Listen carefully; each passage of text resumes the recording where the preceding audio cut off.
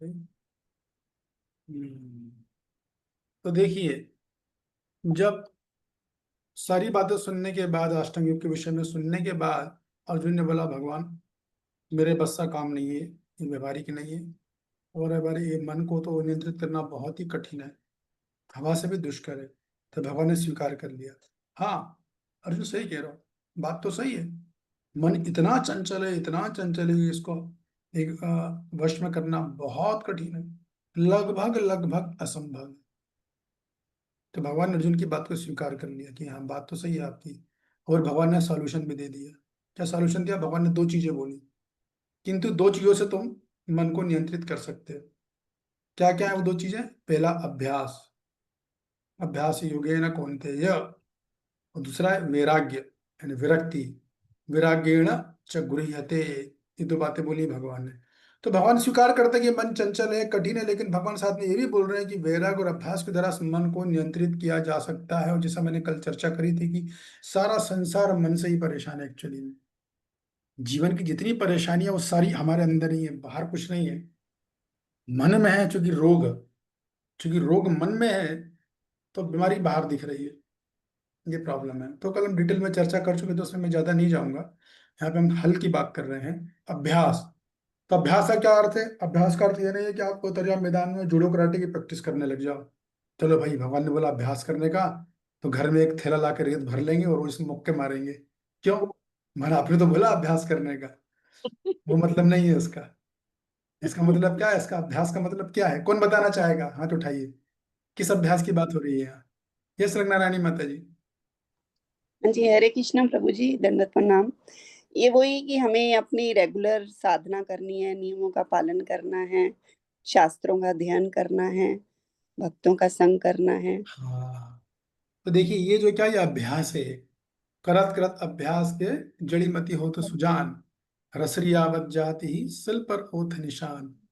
जैसे ये इतना बड़ा पत्थर होता है जिसको छेनी से काटा जाता है, लेकिन रस्सी से काट देती है अभ्यास के द्वारा। रोज उस पर निकलती रहती जाती है, उस पर रोज रस्सी मारते रहोगे तो पत्थर तक काटा जा सकता है। अभ्यास, इंग्लिश में बोलते हैं प्रैक्टिस मेक्स वंस परफेक्ट। जब अभ्यास करते हैं किन चीजों का, नियमित रूप से हमारी रेगुलर साधना है, सुबह जल्दी उठने का अभ्यास। सबसे पहले जी सुबह जल्दी उठना है। जब सोशल मीडिया आ गया तब से लोगों का उठना भी, लोग वैसे ही पहले भी कम उठते थे, अब तो और भी कम हो गया है। तो सुबह जल्दी उठना सबसे पहली बात, ये अभ्यास करना है। और बाकी साधना वगैरह तो ये सबसे बड़ा अभ्यास है। नित्य प्रति भागवतम भगवत गीता का श्रवण करना और अध्ययन करना, ये सबसे महत्वपूर्ण चीज है। बाकी तो है ही जो हम कर रहे हैं, लेकिन एक ही एरिया है जहाँ हम लोग मिस होते हैं, वो सबसे बड़ा रूट यही है। अभ्यास का मतलब ही ये है कि निरंतर अभ्यास, गीता को समझें, उसका अध्ययन करें, उसको मनन करें, उसके सिद्धांतों को समझा जाए गहराई से।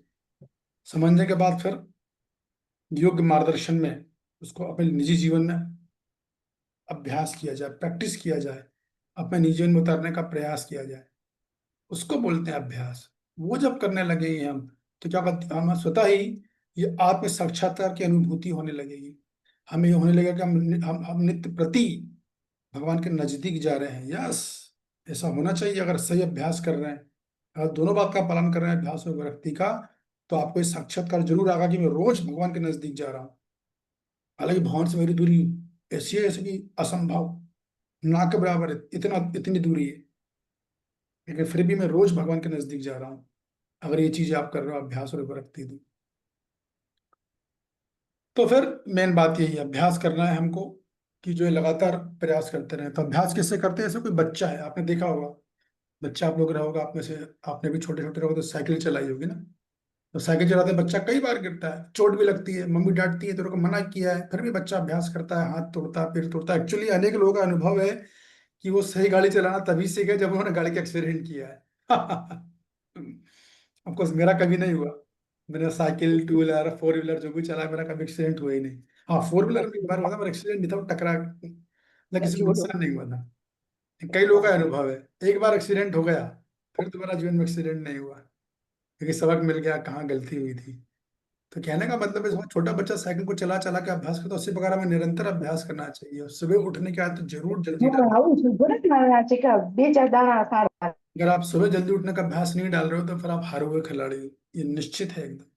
हर वो 48 मेरा मतलब मेरा मन को नियंत्रित नहीं कर पाऊंगा। सुबह का समय मन के लिए मतलब बहुत ही गोल्डन टाइम होता है। सुबह उठते मन एकदम फ्रेश रहता है, दिमाग एकदम खाली रहता है। उस टाइम जो वो चीज हम दिमाग में डालेंगे वो दिन भर रहती है फ्रेश। दिन भर उसका मेडिटेशन कर सकते हैं। इसलिए अनेक भक्त सुबह उठते से ही जप करने के पहले कुछ थोड़ा अध्ययन कर लेते हैं। और नहीं कर पा रहे हैं, समय नहीं मिल पा रहा, तो कुछ जी ये लेक्चर जो अभी चल रहा है इसी को सुन लिया, ऐसे करते हैं। मैंने भी ऐसे अभ्यास किया हुआ, उठे नहीं आंख भी नहीं खुली कि सबसे पहले लेक्चर चालू, फिर बाकी क्रियाएं करने लगेंगे। इवन बाथरूम में भी लेके चले गए, वहां सुन रहे हैं। तो वो सुबह सुबह माइंड फ्रेश होता, पूरा मन में जाता, तो चिंतन बहुत अच्छा होता है उससे। और फिर अप्लाई कर सकते हैं उसको। तो हमारे एक तो यह अभ्यास जो सब बता रहे रंगनारी माता जी, अपनी साधना का अभ्यास करना, ये आ गया। एक विश्वनाथ चक्रवर्ती पाद एक और अभ्यास की परिभाषा बताते हैं, वो बोलते हैं क्या है, निरंतर भगवान का स्मरण करना। लेकिन ये सब लोग नहीं कर पाएंगे, जिसकी साधना अच्छी हो चुकी काफी हद तक, फिर वो भगवान का स्मरण करने का अभ्यास करता है निरंतर रूप से। तो ये थोड़ी हायर स्टेज है।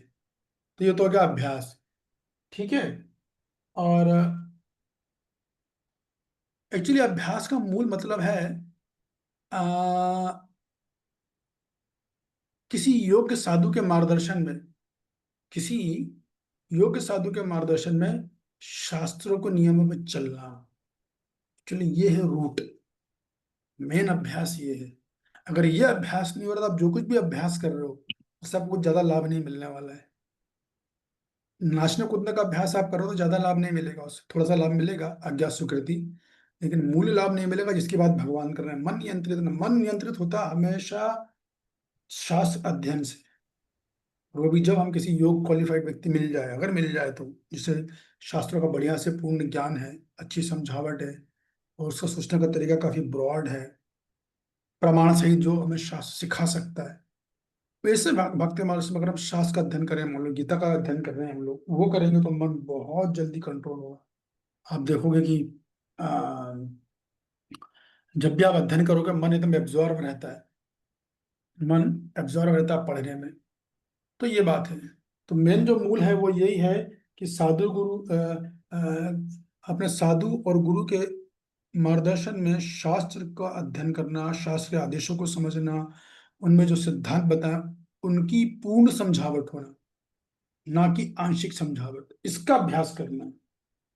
ये तो एक बात। दूसरी बात भगवान बोल रहे विरक्ति। तो एक तो अभ्यास करना, अभ्यास किससे करना वो मैंने आपको बता दिया, दूसरा विरक्ति भी करनी है। तो ये ऐसा नहीं कि आप अभ्यास करो और विरक्ति नहीं करो, ऐसा लोग करते हैं, या विरक्ति कर रहे हैं और अभ्यास नहीं कर रहे, वो भी काम नहीं करेगा। अभ्यास और विरक्ति दोनों साथ में चलनी चाहिए एट वन टाइम। तो एक तरफ साधु गुरु का मार्गदर्शन ने शास्त्रों को समझना है, भगवगीता यथारूप को समझना है, नंबर वन। दूसरा विरक्ति करना। विरक्ति किससे करनी? हर वो कार्य जो मेरे शास्त्र अध्ययन में बाधा है उसको छोड़ दो।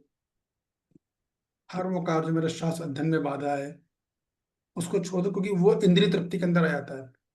जब मन आया अरे छोड़ा, आज क्लास कौन अटेंड करेगा, बढ़िया मोबाइल देखेंगे, बढ़िया फिल्म आ रही है, मूवी आ रही है, किसी का अच्छा कोई गाना आ रहा है, ये सब जो है इसको बोलते हैं इंद्रिय भोक्त। इससे विरक्ति लेना है कि नहीं नहीं मन की नहीं सुनना है, मन तो मना करेगा, अरे क्या जरूरत है पढ़ने की, क्या मिल गया पढ़ के, कौन सा से जीवन सुधरने वाला है, कौन से लाइफ बदलेगी, कौन से मेरे दुख कम होंगे, कई तरह की बातें करेगा मन। तो हाँ, मन को बुद्धि से मारना है।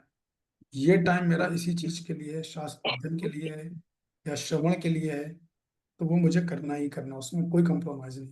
ये टाइम मेरे नाम जप का, तो उस टाइम मुझे नाम जप ही करना, दूसरा कुछ काम नहीं करना है। तो इसके लिए दूसरी विरक्ति चीजें छोड़नी पड़ती हैं आप। जो अगर वो हर वो चीज जो हमारे नाम जप में बाधा हो रही है, जो हमारे शास्त्र अध्ययन में बाधा हो रही है, वो सारी की सारी चीजें छोड़नी हो। एग्जाम्पल, जैसे मान लो कोई रोगी है, क्या का रोगी है? मधुमेह का। मधुमेह समझते हो ना आप लोग, डायबिटीज का। तो मधुमेह का रोगी वो जानता है कि मुझे क्या करना और क्या नहीं करना है। उसको मीठा मीठा आइटम नहीं खाना, ये विरक्ति है। मीठा आइटम नहीं खाना, ये विरक्ति है। उसका अभ्यास क्या है? क्योंकि वो कई कई सालों से मीठा खाते आ रहा था, मीठा को उसकी आदत पड़ चुकी है, बिना खाए रह नहीं पाता है। तो मीठा नहीं खाने का अभ्यास करना है, नहीं खाना, विरक्ति त्यागना है इनको। और साथ में वो चीजें जो डॉक्टर ने सजेस्ट करी है, जो प्रिस्क्रिप्शन दिया, करेले का जूस, जामुन की गुठली का पाउडर, जो जो कुछ देते हैं, उनका पालन करना है। तो अभ्यास मतलब हर वो काम करना है जो हमारे मन को नियंत्रित करने में सहायक हो, विशेष रूप से शास्त्रों का अध्ययन। और विरक्ति यानी हर वो कार्य को त्याग देना है जो विषय भोग में आता है, जब हमारे शास्त्र अध्ययन में, जो हमारी भक्ति में बाधा आता है, उसका परित्याग करना है। तो दोनों साथ में करना है। दोनों आप साथ में करेंगे ना, तब आपको देखेंगे मन आपका बहुत जल्दी नियंत्रित हो गया है। ये बात बताई जा रही है। तो हमारे यहाँ परंपरा का आचार्य, महान आचार्य श्री संप्रदाय के रामानुजाचार्य जी, वो क्या बोलते हैं, वैराग्य का अर्थ है, वो ऊंची परिभाषा देते हैं कि केवल कृष्ण को छोड़कर और कहीं आकर्षण नहीं होना चाहिए। कृष्ण मतलब कृष्ण, कृष्ण के भक्त, यानी साधु गुरु साधु सब एक साथ आते हैं। साधु गुरु साधु कृष्ण में आकर्षण इतना पैदा करो कि बाकी जगह आकर्षण रहे ही नहीं, स्वतः ही खत्म हो। एक्चुअली विरक्ति भी क्या होती है, विरक्ति भी ऑटोमेटिक, विरक्ति भी आर्टिफिशियल नहीं प्रैक्टिस करना चाहिए, वो भी ज्यादा साथ नहीं देगी। पॉजिटिविटी पे काम करना चाहिए। हमारा रुचि, हमारा मन, हमारा आकर्षण नाम जप में, भगवद गीता का नियमित श्रवण में लगाना चाहिए। जब इसमें रस आने लगेगा ना, तो स्वतः ही हर वो चीज जो हमारे इस रस में बाधा बन रही है, उससे विरक्ति खुद हो जाएगी, क्योंकि ऊंचा रस है। गीता में श्लोक ना दूसरे अध्याय में हमने चर्चा करी थी, हम तो 1.1 से चर्चा करते हैं, यहाँ तक आ गए पहले अध्याय से। आपको तो सब लोग साथ में ही हो आप लोग, तो हमने चर्चा करी दूसरे अध्याय में, कौन सा श्लोक है वो, रसो प्रसम में रसो अपस्य कौन्ते परम दृष्टा निवर्तते। जब ऊंचा रस मिलता है तो नीचा रस स्वतः ही छूट जाता है, ये बात है। लेकिन जब तक ऊंचा रस नहीं मिल रहा, तब तक क्या करें, एक तरफ अभ्यास करें अपनी साधना का, स्वाध्याय का, सदाचार का और स्वास्थ्य का। 4 चीजें आती हैं। सबसे पहले आता है स्वास्थ्य का ध्यान रखें, उसके बाद फिर साधना, स्वाध्याय और सदाचार। याद रख लो, 4S फॉर्मूला है, इसका अभ्यास करना है। विरक्ति किससे करनी है, हर वो चीज जो इंद्रिय भोग की में आती है, हर वो चीज जो शास्त्रों के विरुद्ध है, वो नहीं करना है, वो विरक्ति है। जैसे शास्त्र बोलता है बिना भूख लगाए मत खाओ, वो नहीं खाना है, ये विरक्ति में आ गया। शास्त्र बोलता है किसी कोई चीज आंखों से मत देखो जो भक्ति में बाधा है, उसका त्याग करो, वो विरक्ति है, ये बात।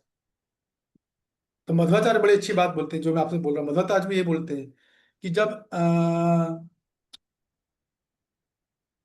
भक्ति में रुचि आती है, खासतौर से शास्त्र अध्ययन में रुचि आती है, तो त्याग स्वतः हो जाता है।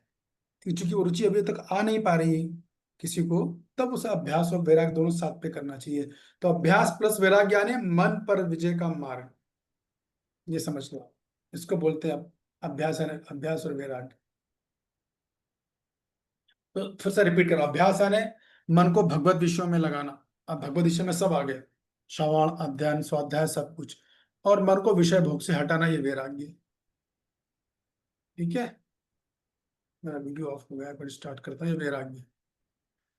और फिर क्या है, अभ्यास यानी सकारात्मक प्रयास करना है। हर वो चीज जो भक्ति में सहायक है, उन भक्तों का संग करना, उनसे श्रवण करना जो जिनसे हमें वाकई में प्रेरणा मिल रही है, जिससे बोलते हैं सकारात्मक प्रयास। और नकारात्मक बाधाएं जो आती हैं, उनका त्याग करना है, ऐसे लोगों से दूर रहें जिनसे हमें भक्ति में बाधा आती है। दैनिक साधना का अभ्यास करना है, और विश्व के प्रति अनासक्ति पैदा करनी है, खासतौर से सोशल मीडिया के प्रति वहां टच नहीं होना चाहिए। अभ्यास है ना, शरणागति प्रक्रिया का अभ्यास करना है, शरणागति बढ़ानी है प्रतिदिन। और विरक्ति यानी विरक्ति का मतलब है, होता है, एक अर्थ ये भी है कि दूसरों के प्रति सेवा की भावना का विकास करना। देखिए, त्याग करना फिर भी कठिन है, एक बार किसी भी वस्तु का त्याग करना, किसी वस्तु का त्याग करना, लेकिन उससे ऊंचा स्टैंडर्ड है कि आ, दूसरों की निस्वार्थ, वो अगले श्लोक में भी आगे आएगा, यस आने वाला है, निस्वार्थ सेवा करने का प्रयास करना, कुछ ना कुछ कैसे भी। उससे भगवान बहुत जल्दी प्रसन्न हो जाते हैं। जब सेवा करें तो कृष्णमयी सेवा करें, मतलब कृष्ण भक्ति के अनुसार करें, कृष्ण भक्ति के सिद्धांतों के अंतर्गत। उससे विरक्ति बहुत ही जल्दी आएगी, अलग से प्रयास भी नहीं करना पड़ेगा। तो व्यवहारिक जीवन में हमें क्या करना है, वही नित्यपति जप का अभ्यास करना है, स्वाध्याय गीता का अध्ययन का अभ्यास करना है, ठीक है ना। और भक्ति में वैराग्य लाना है, तो वैराग्य में क्या आएगा, मोबाइल, टीवी, मनोरंजन के साधन, इनका इनको कम करते जाए, जितना संभव हो कम करते करते करते पूरी तरह छोड़ना है एक दिन। और सत्संग में मन लगाना है, सत्संग बड़ी इंपॉर्टेंट चीज है। और सबसे बड़ी बात, संयमित दिनचर्या जीना आना चाहिए, सुबह सुबह जल्दी उठना, रात में टच स्क्रीन से दूरी बना के रखना है। टच स्क्रीन समझ रहे हो ना आप, उससे दूरी बना के रखें तो जल्दी सोएंगे। तो सारांश ये बात है कि मन को जितनी बार आप भगवान की ओर लगाएंगे, लगाने का बार बार अभ्यास करना है। और जितना हो सके हमें सांसारिक विषयों से अपने आप को विरक्ति करना है। ये 2 काम करेंगे तो मन पूरी तरह विरक्त हो जाएगा। अभी जो मैंने कहा इसमें किसी का कुछ प्रश्न है क्या? नहीं होगा, सिंपल है। यस, अरे दो प्रश्न। यस, तो नहीं माता जी बताइए। हरे कृष्णा प्रभु जी, दंडवत प्रणाम। प्रभु जी, दंडवत। आपने 4 चीजें बताई थी ना अभ्यास में, स्वास्थ्य, साधना, सदाचार और स्वाध्याय। स्वाध्याय। यस प्रभु जी। 4S बोलते हैं उसको, 4S फार्मूला, जी, ये ठीक है बात है। प्रभु जी। ठीक है। ओके, तब मेरा अगला प्रश्न है कि क्या आ, नहीं ऐसा नहीं, प्रश्न ये है, इसको उस तरीके से रखता हूँ कि अभ्यास और वैराग्य में कौन अधिक महत्वपूर्ण है और क्यों? जब हम भगवान अभ्यास और वैराग्य की बात कर रहे हैं, तो अभ्यास और वैराग्य में कौन अधिक महत्वपूर्ण है और क्यों? कौन वैष्णवी इसको उत्तर देना चाहेगी? अरे वैष्णवियों का अंबार है। अरे नारी माता जी में जबरदस्त इंप्रूवमेंट आई है, वैसे खटाखट सीखती और बोलती है। यह सुनैना माता जी बताइए। हरे कृष्ण प्रभु जी, प्रणाम। प्रभु जी, दोनों ही महत्वपूर्ण है क्योंकि दोनों दोनों की मतलब एक दूसरे के परिपूरक है, इसलिए दोनों ही महत्वपूर्ण है। अच्छा, ऐसा है क्या? ओके। यस, जी। शिल्पी जी आप बताइए।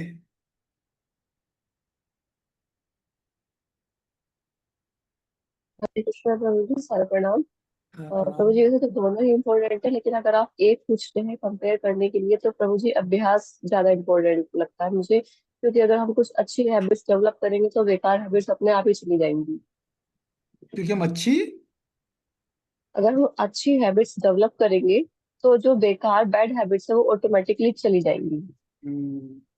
यस, रंगनारायणी माता जी लास्ट। हाँ जी, हरे कृष्णा प्रभु जी, दंडवत प्रणाम। प्रभु जी, माता जी ने ठीक ही कहा कि अभ्यास, अगर हम अभ्यास करेंगे, प्रैक्टिस करेंगे, तो ऑटोमेटिकली अगर हम अभ्यास करेंगे कि हमने जपा करना है ना, क्लास सुननी है, तो टीवी वगैरह अपने आप छूट जाएगा। तो प्रैक्टिस जो है वो ज्यादा जरूरी है, अरे प्रैक्टिस कितने करेंगे। कितने लोग हैं माता जी, और अब जब भी कर रहे हैं, सब कुछ कर रहे हैं, और उल्टी टीवी नहीं छूट रही है उनकी, उल्टे बढ़ रही है, तो ऐसा बोलते हैं। बोल रहे हैं ऐसे हमारे मन में ऐसे ऐसे विचार आते हैं, जब से जब करना चालू किया है, ऐसे ऐसे विचार आए, जीवन में कभी नहीं आए प्रभु जी।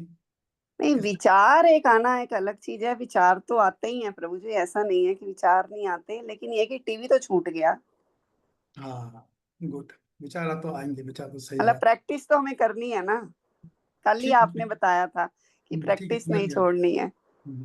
तो ये बात सही है कि जैसे वो शिल्पी जी बोल रहे हैं कि दोनों ही महत्वपूर्ण हैं, बल्कि दोनों एक दूसरे के पूरक हैं।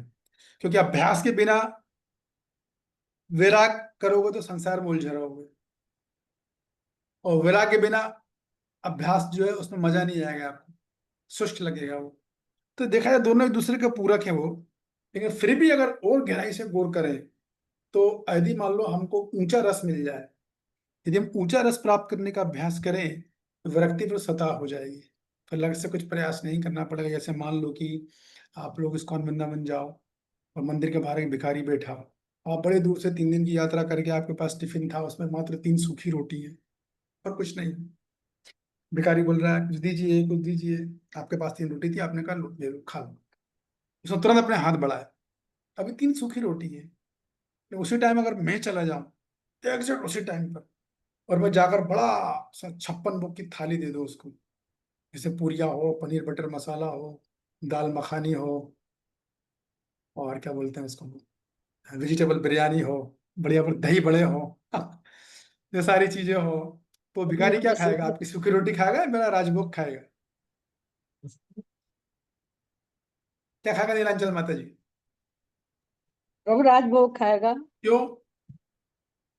प्रभु जी, सूखी रोटी तो बहुत कठिन हो, मतलब जब राजभोग सामने हो तो कौन सूखी रोटी खाएगा प्रभु जी। हाँ। और मुझे आपकी चॉइस भी पता चल गई, दही बड़े पसंद है आपको, सब ये सब आपको दही बड़ा नहीं, मेरे को ज्यादा मेदू बड़ा पसंद है, साउथ इंडियन, पसंद। और आज ही खाए मैंने वो। तो देखिए, कहने का मतलब ये है कि हालांकि अगर वो भूखा है और कुछ नहीं, तो वो 3 रोटी वो खाएगा, उसको ना पेट भरना है। लेकिन राजभोग मिल गया तो 3 रोटी कब छोड़ देगा आपको ही पता नहीं चलेगा। वो राजभोग खाएगा क्योंकि उसमें उसको ऊंचा स्वाद मिल गया है। तो इसी प्रकार जब हम ऊंचे स्वाद का अभ्यास करेंगे, कैसे आएगा? जब मैंने बताया, नाम जप, नित्यपति स्वाध्याय, नाम जप, नित्यपति स्वाध्याय। स्वाध्याय कैसे करना है वही मैंने बता दिया। वो अभ्यास करेगा तो स्वतः रस आने लगेगा। और जिसे से रस आएगा ना, विरक्ति स्वतः होती चली जाएगी, आप सोचोगे भी नहीं, कब चलेगी पता नहीं चलेगा, ऐसा होगा। ये बात है। ठीक है, तात्पर्य पढ़ लीजिए एक बार जल्दी से, मैंने सब समझा दिया, पूरा कॉन्सेप्ट ही क्लियर कर दिया है। तात्पर्य पढ़िए। तात्पर्य, अर्जुन द्वारा व्यक्त इस हठीले मन को वश में करने की कठिनाई को भगवान स्वीकार करते हैं, किंतु साथ ही वे सुझाते हैं कि अभ्यास तथा वैराग्य द्वारा ये संभव है। ये अभ्यास क्या है?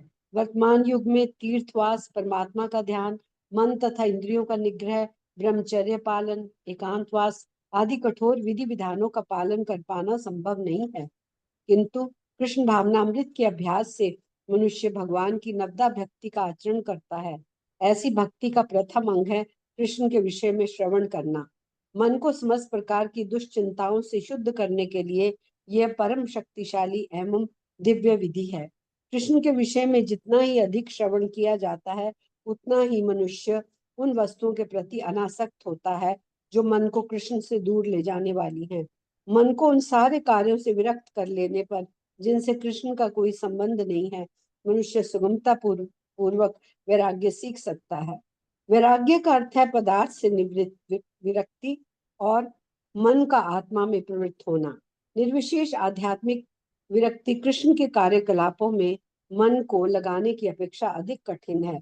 यह व्यवहारिक है, क्योंकि कृष्ण के विषय में श्रवण करने से मनुष्य स्वतः परमात्मा के प्रति आसक्त हो जाता है।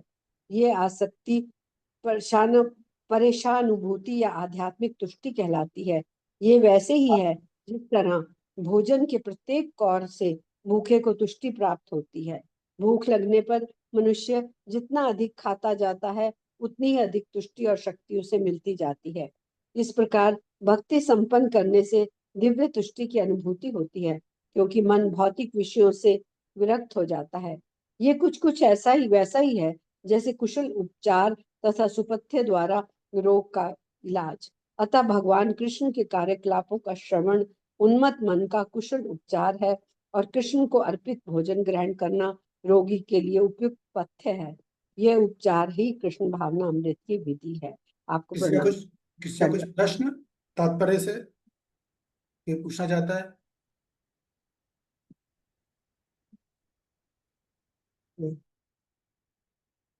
ठीक है, इसका मतलब है कि या तो आप लोगों को सब कुछ समझ में आ गया है या कुछ नहीं आया है। पर आ गया हुआ, क्योंकि एक्सप्लेनेशन पहले ही दे देगा। प्रभुपाद जी ने एक अच्छी बात बोली है तात्पर्य में। क्या अभ्यास करना है? देखो, अष्टांग योग के लिए कॉमन सेंस है कि परमात्मा पे ध्यान लगाना बहुत कठिन है, बहुत ही कठिन। अष्टांग योग की विधि है ना, यम नियम आसन, ही शुरू के दो ही इतने खतरनाक हैं, वही लोगों को पता नहीं होते आजकल, तो वही कितने खतरनाक है। फिर यम नियम बाद में आएगा, आसन इत्यादि, तो कितना कठिन है परमात्मा पे ध्यान लगाना। और कृष्ण भक्ति में क्या है, प्रभा जी वो तुलना कर रहे हैं, कृष्ण भक्ति में क्या नवदा भक्ति का अभ्यास, वो इतना कठिन कार्य नहीं।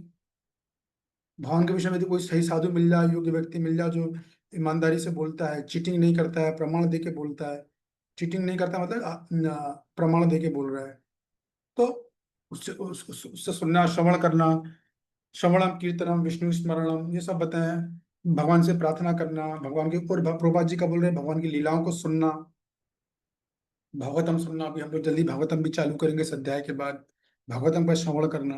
तो जब जैसे जैसे चीजें चालू होंगी तो क्या होगा, स्वतः ही जो है आप ऊंचा स्वाद मिलने लग जाता है। इसलिए प्रभुपाद जी बोल रहे हैं आसक्ति परेशानुभूति, ये एक्चुअली कुंती महारानी का श्लोक है श्रीमद भागवतम में से, विरक्ति अन्यत्र चा, वो बोलते हैं कि जिस प्रकार यदि कोई व्यक्ति भूखा हो और उसको आपको भोजन दो, तो एक साथ तीन काम होते हैं। क्या क्या होते हैं? सबसे पहला था तुष्टि, दूसरा था पुष्टि, और तीसरा होता है शुद्ध उपाय। तीन काम होते हैं भूखे व्यक्ति। तो तुष्टि का मतलब क्या है? जैसे वो भूखा व्यक्ति को आप खाना दोगे तो उसके शरीर में शक्ति आ जाएगी। अभी आपको मैं अपना अनुभव बताऊं, पता नहीं क्या हुआ मेरे साथ साथ लाइफ में, तो दूसरी बार ऐसा हो रहा होगा कि अभी कुछ दिन पहले मुझे अचानक 2 बजे इतनी तेज भूख लगी, इतनी तेज भूख लगी कि मेरे हाथ पैर कांपने लगे, और मैं शॉक्ड हो गया, क्योंकि ब्रेकफास्ट जनरली मैं लाइट ही लेता हूँ, लेकिन पता नहीं क्यों हुआ, समझ नहीं आया। तो मेरे को तुरंत, मैंने अपनी स्टडी छोड़ी, बंद किया और तुरंत खाने गया। इमिडिएटली जैसे मैंने खाया, पहला कोर खाया, दूसरा, तुरंत तुष्टि आ गई। तब मेरे को यही श्लोक याद आया था, कुंती महारानी वाला। तो तुष्टि आती है, शरीर में शक्ति आती है। पहला काम होता है भूखा व्यक्ति भोजन करता है। दूसरा पुष्टि होती है, शरीर का पोषण होता है, ठीक है, शरीर में ऊर्जा बनती है। और तीसरा शुद्ध उपाय, मन शांत हो जाता है। जो मन, भूख से जो व्यथित मन है वो शांत हो जाता है। उसी प्रकार जैसे जैसे आप ये बता रहे हैं ना, नवता भक्ति करते हैं तो तीन कार्य होंगे। आत्मा को शक्ति मिलेगी, तुष्टि हो गई। फिर उसके आत्मा और मन को शक्ति मिलेगी। दूसरा क्या होगा, पुष्टि होगी, आत्मा पुष्ट होगी, मन पुष्ट होगा और शुद्ध उपाय, मन शुद्ध हो जाएगा, आत्मा शुद्ध हो जाएगी। इसी बात को बोला, और ये बढ़िया उपचार है, ये बात बोली गई। श्लोक क्रमांक 36 कौन पढ़ना चाहेगा? Raise your hand.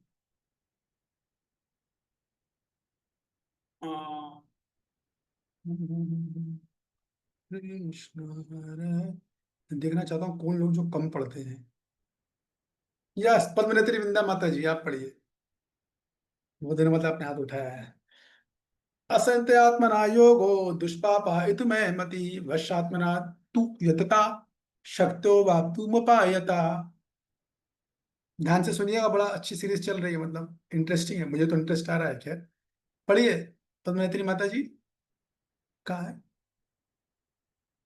प्रेम दात्री वृंदा माता जी, सॉरी मैं गलत नाम बोल रहा था।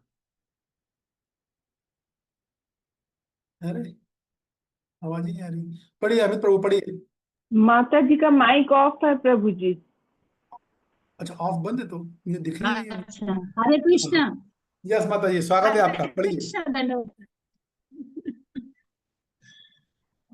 जिसका मन उच्छृंखल है उसके लिए आत्म साक्षात्कार कठिन कार्य होता है, किंतु जिसका मन संयमित है और जो समुचित उपाय करता है उसकी सफलता ध्रुव है, ऐसा मेरा मत है। हाँ हाँ, अभी देखिए इसमें आप कंफ्यूज मत होना। पिछले योग में अष्टांग योग की बात चल रही थी, अभी मैं आपको एक बढ़िया बात बताने वाला हूँ, ध्यान से सुनिएगा। वैसे जो लोग योगा लेटर समझ चुके हैं उनको तो समझ में आ जाएगा, लेकिन जिनको योगा लेटर का आइडिया नहीं है उनको थोड़ा सा दिक्कत हो सकती है समझने में। तो देखिए, बोले जिनका मन उच्छृंखल है उसके लिए आत्म साक्षात्कार करना कठिन कार्य होता है। तो जब भगवान यहाँ बोल रहे हैं कि जिसका मन उच्छृंखल है उसके लिए कठिन है अपने योग में सफलता प्राप्त करना, तो उच्छृंखल से क्या मतलब है? कौन बताना चाहेगा? बताइए अमित प्रभु।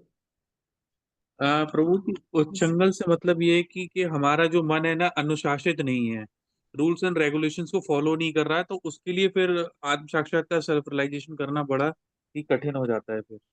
बढ़िया बोला आपने। अब इसको आप पिछले श्लोक से कैसे कनेक्ट करोगे? आपके उत्तर तो अच्छे होते हैं, थोड़ी कनेक्टिविटी पुअर होती है। इसे पिछले वर्ष से कैसे कनेक्ट करोगे जो चर्चा करी हमने?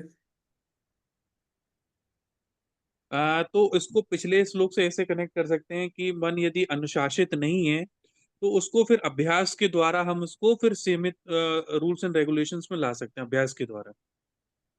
ठीक है, थोड़ा भटक गया। तो देखिए इसका मतलब ये है, विश्वनाथ चक्रवर्ती टीका में लिखते हैं उच्छृंखला का मतलब है कि जो पिछले श्लोक में भगवान ने बोला अपना क्या, अभ्यास और वैराग्य। तो यदि कोई अभ्यास और वैराग्य नहीं कर रहा है तो उसका मन उच्छृंखल ही रहेगा, वो अनुशासित नहीं होगा। अनुशासित नहीं होगा तो वो जो है कठिन कार्य नहीं कर पाएगा। तो उसे क्या करना पड़ेगा? उचित उपाय करना पड़ेगा। लिखा है समुचित उपाय, उपायता शब्द आया श्लोक में, मतलब उपयुक्त साधनों द्वारा उचित उपाय करो।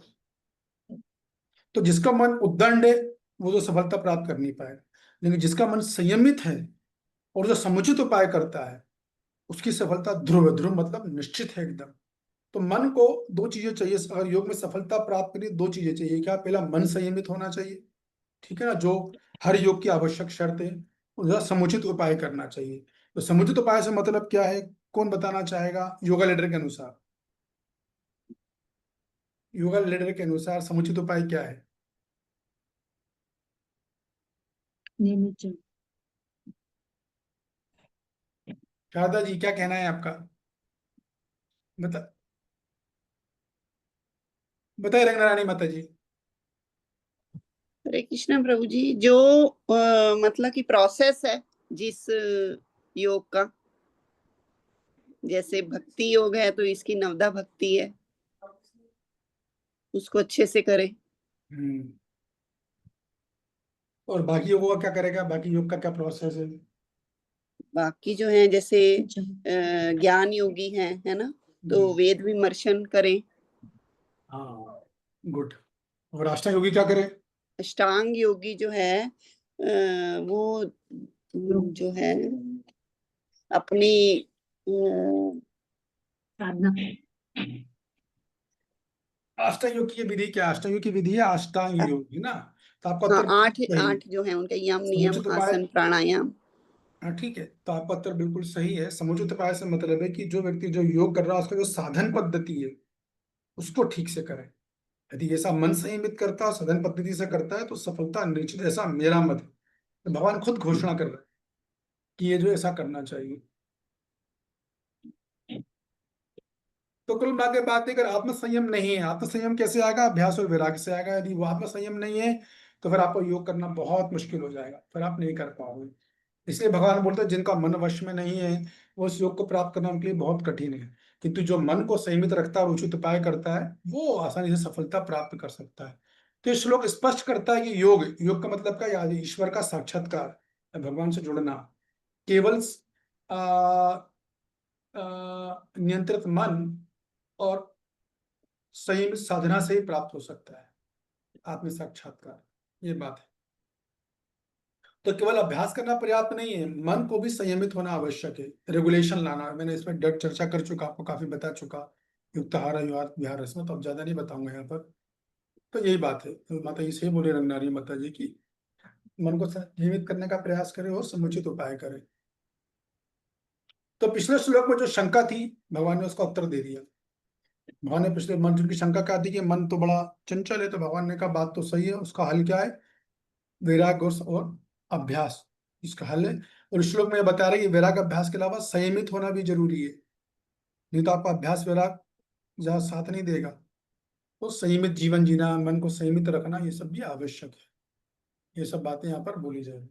अब जो विग्रह वो ध्यान से सुनिए कि देखिए, जब भगवान ये बोल रहे हैं ना जिसका मन संयमित और समुचित उपाय करता है, तो रंगनारायणी माता जी, निष्काम कर्मयोगी का कैसे लागू होगा ये बात?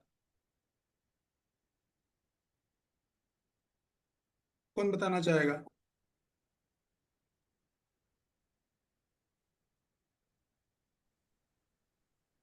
अरे इतना कठिन प्रश्न तो नहीं है। देखिए क्या होगा कि यस देवी श्यामा माता जी, निष्काम कर्मयोगी भगवत अर्पित निष्काम कर्मयोग करेगा प्रभु जी। कौन सा करेगा? भगवत अर्पित, अपने सारे कर्म भगवान को अर्पण करेगा, जैसे कि उसके हाँ फल की आशा नहीं रहेगी। बिल्कुल। तो सुनिए अभी क्या होगा, देखिए आप इस बात को समझिए। निष्काम कर्मयोगी क्या करता है कि वो एक तरफ तो अपने भगवत अर्पित निष्काम कर्मयोग करेगा, या ब्रह्म अर्पित निष्काम कर्मयोग करेगा, परमात्मा जो भी उसे करना होगा जहाँ वो करता रहेगा, और दूसरी तरफ वो मन को भी संयमित करने का प्रयास करेगा। और ये सब करते करते दोनों तरफ अपने जो कर्म करते हुए, हम जो जो भी वो मान लीजिए भगवत अर्पित निष्काम कर्मयोग कर रहा है, तो वो करते करते वो क्या करेगा, या परमात्मा तो निष्काम कर्मयोग कर रहा है तो वो करते करते अष्टांग योग करेगा। तो अष्टांग योग करेगा तो वो क्या बनेगा? योग रुक्षु बनेगा। ठीक है। तो कुल मिला के बात ये है कि निष्काम कर्मयोगी एक तरफ तो अपने नियमित जो विधि धर्म के अनुसार जो उसे करता है वो करता है, और उसके बाद वो या तो ज्ञान योग में जाता है या अष्टांग योग में जाता है। अधिकतर लोग ज्ञान योग में जाते हैं, कुछ कुछ अष्टांग योग में भी जाते हैं, ऐसा होता है। तो जीवन निर्वाह के लिए वो बराबर अपना जो है वो सब करेगा, जो उसके कर्म है वैदिक धर्म कर्तव्य के अनुसार, लेकिन साथ में वो अष्टांग योग भी प्रैक्टिस करता है, ज्ञान योग भी प्रैक्टिस करता है, ये बात करता है। तो क्या करता है, जब वो दूसरे कर्म करेगा तो विषय स्वीकार करता है, वो स्वाभाविक बात है, करना ही पड़ेगा। लेकिन वो विरक्ति के साथ स्वीकार करता है, मतलब उनसे वो आसक्त नहीं होता, क्योंकि फल वो भगवान को दे रहा है। बराबर है। तो सिंपल सी बात है, एक लाइन में आप ये समझ सकते हो कि जिनका मन, जो लोग विरक्ति और अभ्यास को प्रैक्टिस नहीं करते, वो उनका मन नियंत्रित नहीं होगा और वो इस योग को नहीं कर पाएंगे। किंतु जो अभ्यास और विराग के अलावा मन को संयमित भी करते हो, समुचित उपाय करते हैं, वो अपने योग में सफलता प्राप्त कर लेते हैं। इस बात को भगवान ने यहाँ पर बोला है। अब रही बात तात्पर्य की। तात्पर्य पढ़िए जरा। हरे कृष्णा। भगवान घोषणा करते हैं कि जो व्यक्ति अपने मन को भौतिक व्यापारों से विलग करने का समुचित उपचार नहीं करता, उसे आत्म साक्षात्कार में शायद ही सफलता प्राप्त हो सके। हाँ रुकिए, भौतिक भोग में रुकिए मन रुकिए, एक लगाकर मिनट एक मिनट माता जी, एक मिनट। तो मैं आपको समझाता हूँ एग्जाम्पल। सपोज करो कोई छात्र है और वो तैयारी कर रहा है किसकी, आईएएस की। अभी आप जानते हो आईएएस कितनी बड़ी तैयारी है, उसमें 24-24 घंटे 22-22 घंटे पढ़ना पड़ता है, लगातार अध्ययन करना पड़ता है। तो अब जब वो तैयारी करेगा तो उसको उसको भी अभ्यास भी करना है और विरक्ति भी करनी है और संयम भी करना है, मन का संयम भी करना है। तीनों काम वो उसको एक साथ करने, तब वो सफलता प्राप्त करेगा आईएएस के क्षेत्र में। तो उसका अभ्यास क्या है, निरंतर अध्ययन करना, जो स्टडी मटेरियल है, ठीक है, वो उसका अभ्यास होगा। विरक्ति क्या होगी उसकी, विरक्ति होगी अपने आप को मोबाइल से दूर रखेगा, सोशल मीडिया से दूर रखेगा, न्यूज़पेपर से दूर रखेगा, कम से कम जब तक उसी एग्जाम की प्रिपरेशन चल रही है तब तक।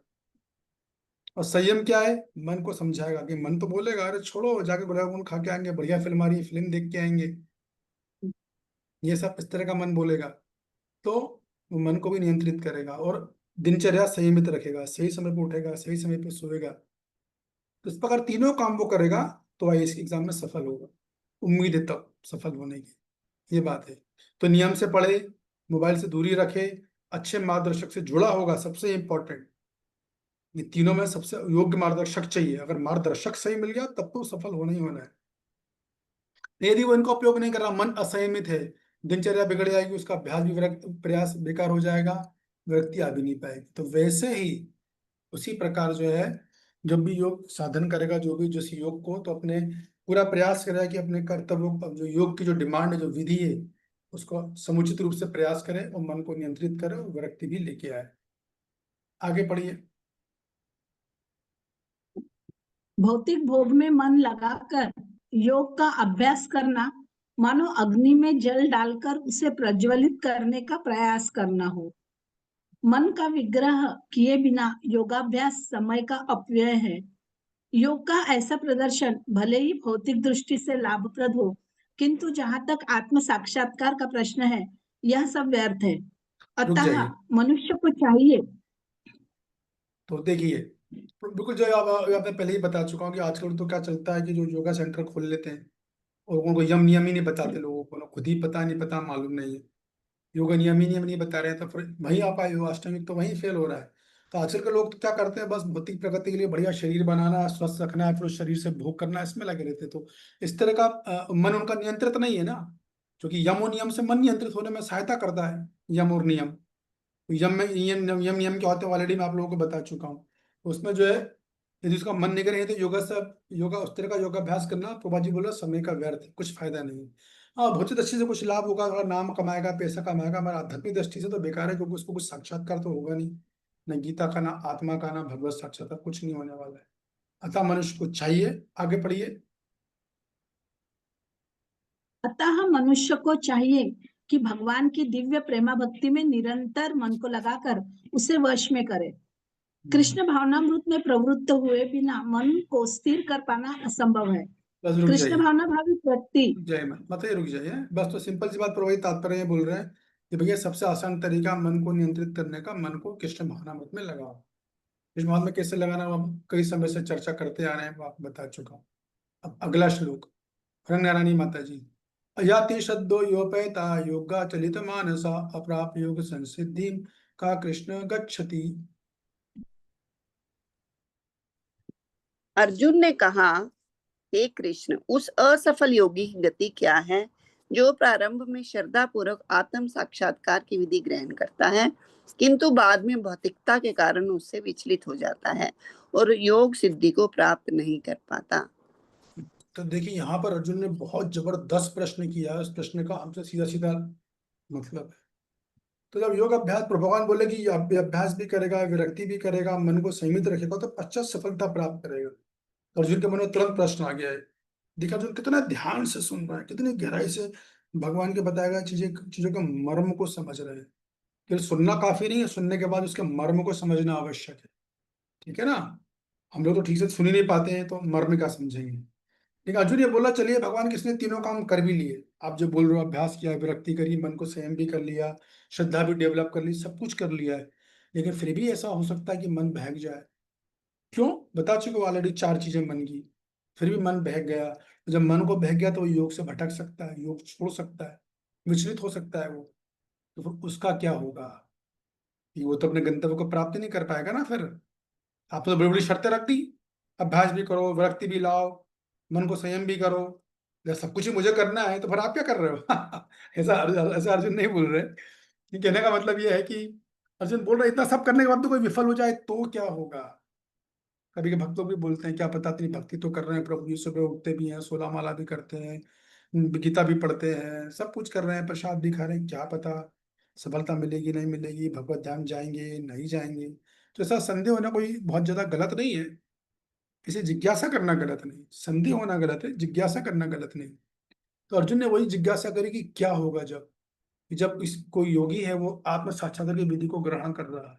एक बात ध्यान रखिए कि यहाँ पर अर्जुन और कृष्ण के बीच में केवल अष्टांग योग की बात हो रही है, केवल, इसको ध्यान रखिए। हाँ, प्रभुपाद जी तात्पर्य में भक्ति योग की बात कर रहे हैं, तो दोनों चीजों को दिमाग में रख के चलना चाहिए। तो ये प्रश्न सीधे सीधा जो अर्जुन ने अष्टांग योग की दृष्टि से पूछा कि कितना कठिन है माधव। ठीक है चलो, प्राणायाम शुरू की 4 तो कर लेगा, यम नियम आसन और प्राणायाम, लेकिन प्रत्याहार चलो वो भी कर लेगा। फिर आएगा धारणा, धारणा कठिन, फिर ध्यान और समाधि तो परमात्मा पे ध्यान लगाना 24 घंटे निरंतर, 1 सेकंड का भी ब्रेक नहीं होना चाहिए, इम्पॉसिबल। तो फेल होगा तब क्या होगा, फिर तो गया ना काम से वो। या भक्ति लोग है, भक्ति लोग भक्ति करने निकलते हैं, भक्ति करते हैं, भक्ति में मन लगा नहीं, स्वाद मिला नहीं, और इधर जो है क्या बोलते हैं, कहते हैं ना, माया मिली ना राम, अब क्या होगा, अब क्या, अब तो फंस गए। और कभी ऐसा भी होता है कि भक्त लोग भक्ति में भी आते हैं तो भटक जाते हैं, जिन चीजों को छोड़ना था वो चीज भक्ति के माध्यम से, पोस्ट पोजीशन फॉलोअर, धन कमाना शोहरत, इसमें लग जाते हैं। जो चीज की छोड़ के भक्ति में आए फिर उसी में लग गए, माया का प्रभाव। तो क्या होगा, क्योंकि पक्की बात है, अगर इसमें लग गए आप तो सफलता तो मिलनी नहीं है, उस जन्म में तो नहीं मिलनी है, तो पक्का है, 110% है। उसका होगा का फिर। तो बड़ा अच्छा प्रश्न पूछा, अर्जुन की शंका जो बड़ी वाजिब है, एकदम बहुत वेद है कि जो विचलित अपने पथ से, वो योगा लेडर का जो भी पथ अपना रहा उससे विचलित हो गया, भटक गया, तब क्या होगा। राम तो मिले नहीं, हाथ से माया और छूट गई। बढ़िया एंजॉय कर रहे थे, अच्छा खा पी रहे थे, मजे कर रहे थे, एसल वर्ल्ड में जा रहे थे, पिकनिक घूमते थे, दोस्तों के साथ रहते थे, दोस्त छोड़ दिए, समाज को छोड़ा, घर परिवार को छोड़ा, दायरा सीमित कर लिया, अब उनसे हमारा कोई संपर्क भी नहीं है, और भक्ति भी देख रहे हैं गड़बड़ चल रही है। क्या करें भगवान, ना घर के रहे ना घाट के, इतना धोबी का कुत्ता, ना घर का ना घाट का। तो ऐसे परिस्थिति में क्या किया जाए। तो ये अर्जुन की शंका बड़ी व्यवहारिक प्रैक्टिकल है एकदम, ये इसको समझना चाहिए, बहुत प्रैक्टिकल है कि यदि कोई साधक अपने युग में पूरी तरह सिद्ध ना हुआ, विफल हो गया, तब कहाँ जाएगा वो।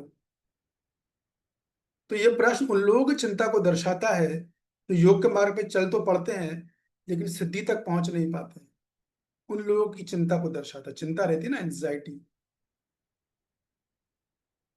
तो इसका बड़ा अच्छा उत्तर अगले श्लोक में आएगा, हमारे प्रभुपाद जी तात्पर्य में दे ही देंगे कि मान की देखिए कौन इसका उत्तर देना चाहेगा। प्रश्न समझ में आएगा ना अर्जुन का, यदि कोई भटक गया तो क्या होगा, उसका क्या परिणाम होगा। इतनी मेहनत करी, सब कुछ किया, सब कुछ छोड़ दिया, कुछ कुछ ब्रह्मचारी लोग तो अपना संपत्ति भी दे देते हैं, बैंक बैलेंस भी दे देते हैं, सब दे देते हैं, फुल नैकेड, कुछ नहीं बचा। यहाँ पर आए तो कुछ उल्टा ही सीन देखा, भक्ति में रस भी नहीं मिला, अभी क्या करें, घर के ना घाट के, माया छोड़ी थी, अब उसकी जरूरत है, कृष्ण यहाँ मिले नहीं है, उल्टे मिले जिनको वो भी माया में ही कृष्ण के नाम पर, तो करे क्या फिर। ये स्तन माता जी बताइए। हरे कृष्णा प्रभु जी। प्रभु जी, जो लोग भक्ति जैसे कर रहे हैं, करी है उन्होंने, और फिर उन्होंने बीच में छोड़ दी किसी वजह से, या वो भक्ति से भटक गए, तो भगवान कहते हैं कि जहाँ वो उनकी भक्ति उतनी सेफ रहती है, और फिर जब वो आगे भक्ति शुरू करते हैं, जब भी भक्ति शुरू करते हैं तो फिर वो आगे से ही शुरू करते हैं। ओके, बात तो सही है। Just doctor Neeta. हरे कृष्ण प्रभु जी वो नेक्स्ट नेक्टर ऑफ इंस्ट्रक्शन में वो डिवोर्स उसमें भक्ति रसायन सिंधु में, हाँ, ये बताया कि ये प्रश्न आया था, तो उसमें आंसर था कि उसको तब भी अभ्यास करते रहना चाहिए, उसको छोड़ना नहीं चाहिए, चाहे पतन अगर हो गया हो तब भी, तो उसको मतलब वो धीरे धीरे करके अपने गंतव्य तक पहुंच सकता है। मतलब छोड़ना नहीं, अभ्यास तब भी करते रहना है, चाहे ओके, कितना भी पतन हो ठीक है, जाए। ठीक है, ठीक है। यस नैना माता जी।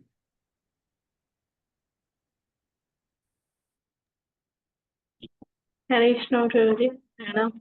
तो जी मेरे भी यही सेम था जो माता जी ने बोला कि हमें अभ्यास करना चाहिए। ओके, तो जो तनु माता जी ने बोला उत्तर बिल्कुल सही है वो। तो देखिए, दो तरह के केस होते हैं इसमें, ठीक है। इसमें लिखा अयति शब्द है, अयति शब्दो यो पेता, कि श्रद्धा के साथ अयति मतलब अल्प, बहुत कम, ठीक है। तो यदि मान लीजिए किसी योगी ने, वो किसी भी योग में हो, निष्काम कर्म योगी, अष्टांग योगी हो, ज्ञान योगी या भक्ति योगी, चारों पे लागू ये चीजें, ठीक है। तो वो थोड़ा भी उसने प्रयास किया, तो थोड़ा प्रयास करने के बाद वो विचलित हो गया और उसने वो विधि छोड़ दी, वो छोड़ दिया उसने। तो यहाँ पर अभी उसकी बात हो रही है जिसने थोड़ा सा अभ्यास करके छोड़ा है, उसकी क्या गति होगी। इसके बाद आएगा जिसने अच्छे से अभ्यास किया, लंबे समय तक अभ्यास किया, तो फिर उसने भी छोड़ दिया है, उसकी क्या गति होगी। दोनों की गति अलग अलग है, ठीक है ना। वो अगले श्लोक में आगा तो मैं बताऊंगा। लेकिन यहाँ पर बात ये है कुल मिला के कि सीधी सी बात है कि मान लो कोई व्यक्ति अष्टांग योग में है, अपन अष्टों की बात चल रही है, तो उसका जो है परमात्मा में मन भी लग गया है, बुद्धि स्वस्थ है, मन भी अच्छा है, श्रद्धा भी है परमात्मा के प्रति, मिथ्याचारी भी नहीं है, और अभ्यास वैराग भी कर रहा है। किंतु अभ्यास वैराग में कभी कुछ त्रुटि हो गई, कुछ कमी आ गई और वो फंस गया, तो उसकी क्या गति है। तो क्या वो अपनी परम गति को प्राप्त कर पाएगा, ये अर्जुन का प्रश्न है। तो उत्तर अगले श्लोकों में आने वाला है, ठीक है। हालांकि कुछ उत्तर उत्तर तनु माता जी ने दे दिया है उसका। और पढ़िए, पहला पहला पैराग्राफ पढ़ लीजिए इसका। तात्पर्य भगवत गीता में आत्म साक्षात्कार या योग मार्ग का वर्णन है। आत्म साक्षात्कार का मूलभूत नियम यह है कि जीवात्मा या भौतिक शरीर नहीं है, अपितु इससे भिन्न है और उसका सुख, शाश्वत जीवन, आनंद तथा ज्ञान में निहित है। ये शरीर तथा मन दोनों से परे हैं। आत्म साक्षात्कार की खोज ज्ञान द्वारा की जाती है। इसके लिए अष्टांग विधि या भक्तियों का अभ्यास करना होता है। इनमें से प्रत्येक विधि में जीव को अपनी स्वाभाविक स्थिति, भगवान से अपने संबंध तथा उन कार्यों की अनुभूति प्राप्त करनी होती है जिनके द्वारा वह टूटे हुई श्रृंखला को जोड़ सके और कृष्ण भावनामृत की सर्वोच्च सिद्ध अवस्था प्राप्त कर सके। इन तीनों विधियों में से किसी एक का भी पालन करके मनुष्य देर सवेर अपने चरम लक्ष्य को प्राप्त होता है। भगवान ने द्वितीय अध्याय में इस पर बल दिया है कि दिव्य मार्ग में थोड़े से प्रयास से भी मोक्ष की महती आशा है। इन तीनों में से एक मिनट रुकिए। हाँ, वही क्लू मिल गया। तो यहाँ पर प्रोपा जी बोल रहे हैं कि भगवान ने द्वितीय अध्याय पर बल दिया कि दिव्य मार्ग में थोड़ा सा भी प्रयास करे तो मोक्ष की महती आशा है। इसका क्या अर्थ है, कौन सा श्लोक है? द्वितीय अध्याय पर हमने खूब चर्चा करी, कितना समय दिया द्वितीय अध्याय में हमने, ये बताना चाहेगा? ये आंसर एक्चुअली में, यही आंसर है। द्वितीय अध्याय कौन सा श्लोक है? यस सनिता जी, यहाँ बता देंगे। सनिता जी बताइए। हरे कृष्णा प्रभु जी, दंडवत प्रणाम प्रभु जी। ये नेहा विक्रम नाशस्ति प्रत्वाय न विद्यते स्वल्पमपि यस्य धर्मस्य प्रायते महत भयात्। क्या अर्थ है इसका, बताइए। इस प्रयास में ना तो कोई हानि होती है और इस पथ में की गई जो भी प्रगति है उसका वो हमें महान भय से बचाती है। हाँ, मेरे को महान भय क्या है वो?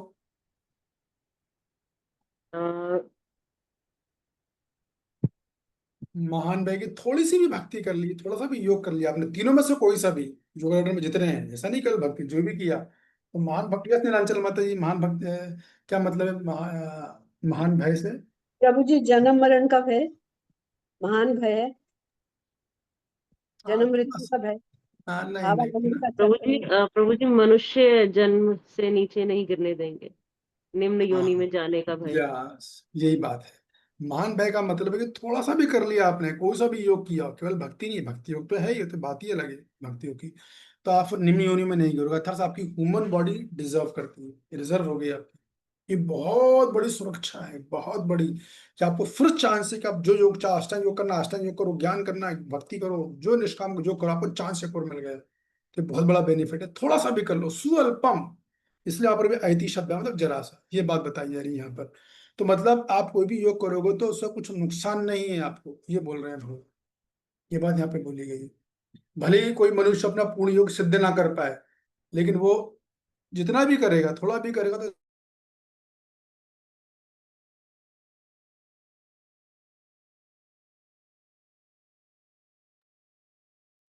तो आपकी आवाज नहीं आ रही। हरे प्रभु। हरे कृष्ण, आवाज नहीं आ रही प्रभु जी। संसार।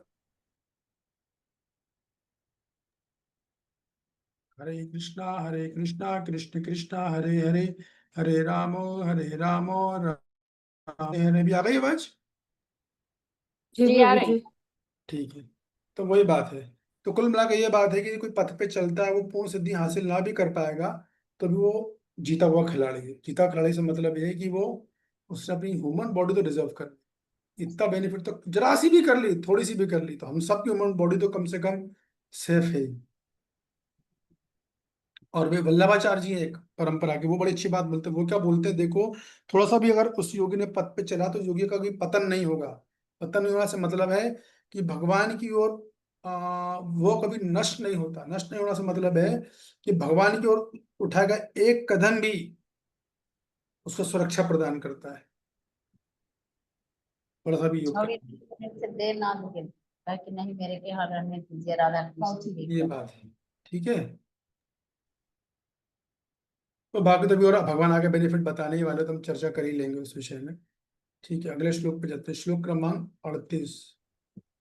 हरे कृष्ण प्रभु जी। ये धनधारणी माता जी। अब प्रभु जी इसके उदाहरण भरत महाराज है ना, तो रण के उसमें थे, फिर भी उसके स्मरण था उसको भगवान का, तो भक्ति। हाँ, वो भी आ जाएंगे महाराज। तो वो तो बहुत ऊंचा लेवल है, या तो छोटे लेवल पे ही बात हो रही है, वो भी आगे आएगा माता जी। दो तरह के योगी भटकते हैं, जो छोटी सी करते हैं, थोड़ा सी पे अभ्यास करते हैं, और जो बहुत लंबे समय तक करते हैं। तो अभी चर्चा करेंगे हम आगे श्लोकों में, सब क्लियर हो जाएगा। ओके, तो अभी तक जो मैंने कुछ कहा उसमें किसी का कुछ प्रश्न है क्या? फिर हम आगे बढ़े। तो श्लोक क्रमांक हरे कृष्णा प्रभु जी। 40 से बड़ा इंटरेस्टिंग हो जाएगा, 40 और 41 से 41 42। यस, बोलिए अमित जी। प्रभु जी, मेरा इससे अपार्ट फ्रॉम एक क्वेश्चन था कि मतलब जो आपके जो क्लासेस वगैरह उसका क्या चल रहा है, जो अभी वृंदावन वासी का जो था रजिस्ट्रेशन का।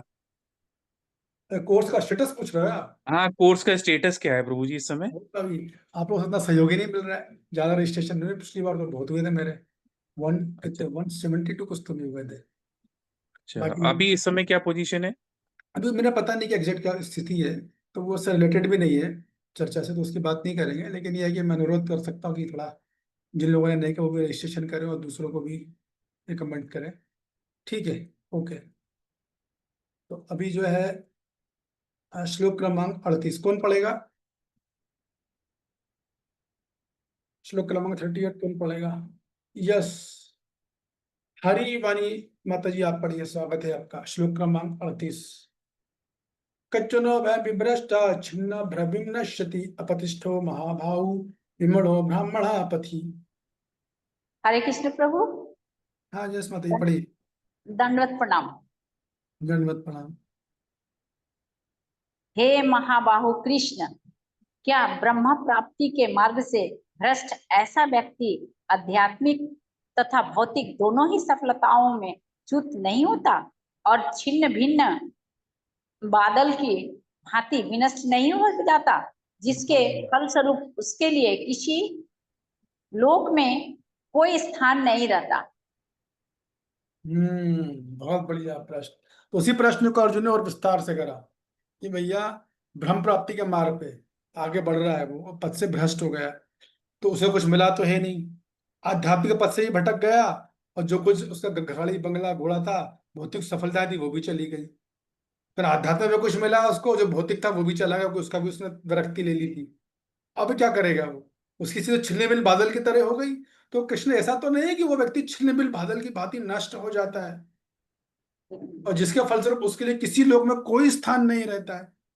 ऐसा अर्जुन पूछ रहे हैं कि भैया वही माया मिली ना राम, दोनों ही नहीं मिले उसको, तो गरीब को यहाँ साक्षात्कार नहीं हो पाया, भगवत दर्शन नहीं हुए, अपने योग में सफलता नहीं कर पाया, कुछ विरक्ति करी थी, विरक्ति से सारे संसार के सुख ऐश्वर्य वो भी छूट गया उससे। तो उसकी आदत तो बादल की तरह हो गई। जैसे बादल का जब चलते हैं ना, बादल का जब बादल चलते हैं, बादल में छोटे छोटे बादल भी होते हैं, तो कभी वो छोटे से बादल उस बड़े बादल के समूह से भटक जाते हैं, अलग चले जाते हैं, ठीक है, और वो विनष्ट हो जाते हैं। तो इस योगी का भी ऐसी हाल होगा का उतना, उसे फिर किसी लोक में जगह नहीं मिलेगी, पृथ्वी लोक में भी नहीं मिलेगी, ऊपर के लोग तो भूल जा, नीचे के लोग भूल जा, क्या होगा फिर उसका। बड़ा अच्छा प्रश्न है ये प्रश्न, जो है बहुत बढ़िया, बहुत अच्छा प्रश्न है। तो उसकी स्थिति तो वैसी हो गई, कभी कभी बादल फट भी जाता है, कहते ना बादल फट गया, छोटा सा टुकड़ा था, तो फटे हुए बादल की तरह नष्ट हो जाएगा, अर्थात उसका कोई आधार नहीं रहा, न उसकी कोई स्थिति रही, वो तो भटक गया। जैसे बादल भटका वैसे वो योगी भी भटक गया। घर वाले अपनाएंगे नहीं, समाज अपनाएगा नहीं, सोसाइटी अपनाएगी नहीं, और आध्यात्म में सफलता नहीं मिली, मंदिर वाले खुद ही भगा रहे हैं उसको। घर वालों से, घर उसने छोड़ दिया, घर वालों ने पहले ही बोला देखो हमें छोड़ के यारो दोबारा वापस मत आना, अगर अभी गए तो इस घर के दरवाजे तुम्हारे लिए हमेशा के लिए बंद हो जाएंगे। उसने बोला आई डोंट केयर, वो पहुंच गया, वहां जाके कुछ साल बाद मंदिर वालों ने भगा दिया उसको, किसी भी इतना परेशान किया कि उसे छोड़ के जाना पड़ा। अब क्या करेंगे, कहीं का नहीं रहा, वो तो घर का रहा उसकी क्या हालत होगी, ये पूछ रहे हैं। तो कल मैं अर्जुन ये पूछते हैं कि कोई व्यक्ति योग करेगा तो संसार में पूरी तरह स्थिर, ना तो संसार में स्थित रह पाया पूरी तरीके से, और ना वो अपने योग में स्थित रह पाया, तो उसकी स्थिति तो छिन्न बादल के समान हो गई। क्योंकि जब बादल अलग अन्य बादलों से अलग होता है तो क्या होता है, वो भटक जाता है और नष्ट हो जाता है। तो ऐसा साधक तो कहीं का नहीं रहा, ना संसार का रहा, ना अध्यात्म का रहा। तो ये अर्जुन के लिए बड़ी गहरी चिंता का विषय था कि उसने जो प्रयास किए साधक ने, वो तो व्यर्थ हो गए पूरे एकदम। ये बात हो गई। तात्पर्य प्रभा जी बोलेंगे कि भैया जो अर्जुन का प्रश्न बड़ा मर्म स्पर्शी प्रश्न है।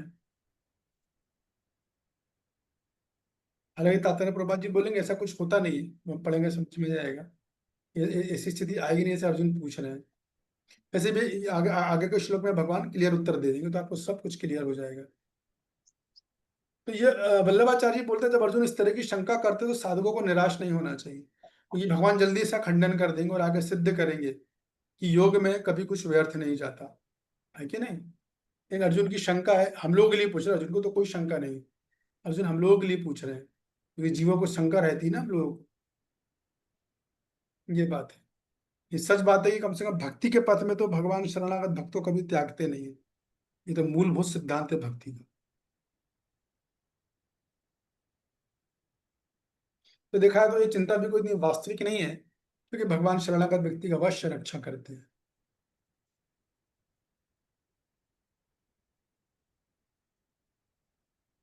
तो मेरा आप लोगों से प्रश्न है, अगर मान लीजिए कोई भी योगी हो, निष्काम कर्म योग से भक्ति योगी तक जो चारों योग हम चर्चा करते आए हैं, उसमें वो प्रयास कर रहा है, ठीक है, और प्रयास करने के बाद किसी भी वजह से उसने वो मार्ग छोड़ दिया, तो क्या उस संसार चक्र में फिर से फंस जाता है, हाँ या ना? हाँ तो कैसे, ना तो कैसे? कौन बताना चाहेगा? फिर समझ में आया, कोई भी योगी है, मान लो भक्ति योगी या कोई भी योगी है, उसने छोड़ दी भक्ति बीच में, अपना योग छोड़ दिया, तो क्या वो पुनः संसार चक्र में फंसेगा?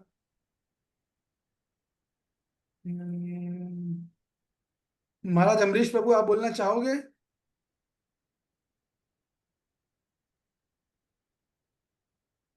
नहीं। प्रभु जी थोड़ा मैं ऑफिस में हूँ, मैं अभी सुन तो रहा हूँ लेकिन ऑफिस में हूँ थोड़ा। अच्छा ठीक है, सॉरी सॉरी। नहीं नहीं कोई बात नहीं बताओ। प्रभु जी, लेकिन फिर भी ठीक, यस, जय गौरी जी।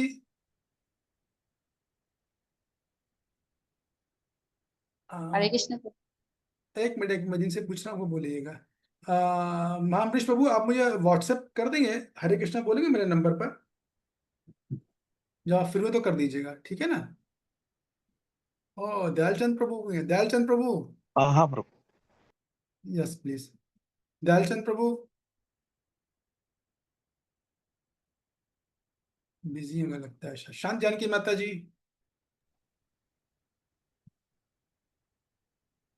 क्या बात है, सब शाली साइलेंट है। प्रीति माता जी,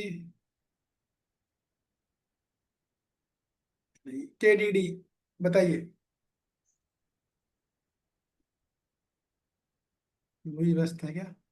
हरे कृष्णा प्रभु जी। हाँ जी, हरे कृष्णा प्रभु जी। हाँ जी बोलिए। हाँ प्रभु जी, वो भटक सकता है, लेकिन उसके प्रयास के ऊपर, अभ्यास के ऊपर प्रभु जी डिपेंड करता है कि वो जो प्रयास कर रहे हैं कि नहीं कर रहे हैं आगे बढ़ रहे। मेरा प्रश्न ये है कि किसने प्रयास किया, अभ्यास भी किया और बीच में छोड़ दिया, तो क्या वो संसार चक्र में पुनः फंसेगा? हाँ तो कैसे, ना तो कैसे? ये उत्तर है प्रश्न मेरा। थोड़ा विचार कीजिए आप। अंजलि, मिस अंजलि। मैं बताऊं प्रभु? No response. ओके, बताइए शारदा जी। हरे कृष्ण प्रभु जी। हम्म, प्रभु जी, मतलब जो व्यक्ति थोड़ी सी भी भक्ति करता है भगवान की, तो हम्म, कभी भी भगवान को संसार के चक्र में फंसने नहीं देते प्रभु जी। ये उत्तर है उसका। थोड़ा सा भी योग कर लिया, भक्ति नहीं, कोई भी योग, नॉट ओनली भक्ति योग, जो भी योग आप कर रहे हो, तो आप संसार चक्र में नहीं फंसोगे। इतना तो पक्का है कि आप जन्म मृत्यु के चक्कर से होके भगवत धाम जाओगे, लेकिन कब जाओगे ये पक्का नहीं है। तो समझ लीजिए बात को। ये तो साधक का अपना प्रयास और भगवान की इच्छा पर निर्भर है। हाँ, इतना है कि आप जाओगे, आपका टिकट पक्का होगा, आपको कृपा अवश्य मिलेगी, ये कंफर्म हो गया। तो जब भी ऐसे विज्ञापन होते हैं ना, फॉर एग्जांपल आप समझ लो कि वो आती है एक क्या बोलते हैं उसको, कौन सी आती है वो, भादो, जिसे भगवदगीता का सेट बोलते हैं, दान दो, वो जो भगवदगीता का सेट दान देगा वो भगवत धाम जाएगा। सुना है आप लोगों ने ये बात? जरूर सुनी होगी। यस प्रभु जी, मैंने सुना है। भाद्र भाद्र क्या भाद्र भाद्र पूर्णिमा। हाँ, भाद्र और भाद्र पूर्णिमा। पूर्णिमा पे वो यस आता यस। है। या चतुर्वेद में एक जगह आता है कि गंगा जी में जो स्नान कर लेगा तो भगवत धाम जाएगा, क्योंकि जो गंगा जी के चरणों में रहता है, गंगा जी रहती हैं। वैसे अनेक तरह के आते हैं। तो हाँ, इसको समझना चाहिए ठीक से कि इसका अर्थ क्या है। देखिए, हर चीज के पीछे टर्म्स और कंडीशंस होती है। जैसे बहुत बड़ा विज्ञापन आप कहीं देखोगे ना, एक जूते के साथ एक जूता फ्री पेपर में आया, लेकिन सबसे जो छोटे छोटे अक्षरों में लिखा रहता है, नियम और शर्तें लागू, terms and condition are applied. तो इसका अर्थ ये नहीं कि वो जाएगा, नहीं, मतलब उस लाइफ में जाएगा, हाँ जाएगा, ये पक्का है, लेकिन किस लाइफ में जाएगा ये पक्का नहीं है। एक लाइफ में जाए, 100 लाइफ में जाए, 1000 लाइफ में जाए, 1 लाख लाइफ के बाद जाए, ये डिपेंड करता है उससे खुद की गंभीरता, उससे खुद की ईमानदारी और फिर भगवान की कृपा, ये निर्भर करता है। हाँ, इतना है कि उसमें कृपा होगी ये निश्चित है। वो भौतिकवादी व्यक्ति से अलग हट गया, उसने भगवानी कर, ये उसको ये एक तरह से वेटिंग, कितना ट्रेन में जब हम जाते हैं, एक वेटिंग टिकट होता था, ये पता नहीं होता नहीं होता। वेटिंग का मतलब है कि आप ट्रेन में बैठ सकते हो, खड़े हो, वेटिंग मतलब आपका नंबर लग गया है। तो वैसे ही इसका मतलब ये निकलता है कि वो, ये तो पक्का है कि वो निम्न योनि में नहीं गिरेगा, ये तो कंफर्म है, ह्यूमन बॉडी मिलेगी, ये भी कंफर्म है, थोड़ा भी योग कर लिया है। लेकिन इसके बाद वो कहाँ कहाँ जाएगा वो अलग चक्कर है, और ये भी क्लियर हो जाएगा। तात्पर्य पढ़िए। मैं पढ़ू प्रभु जी? हाँ पढ़िए। तात्पर्य। उन्नति के दो मार्ग हैं।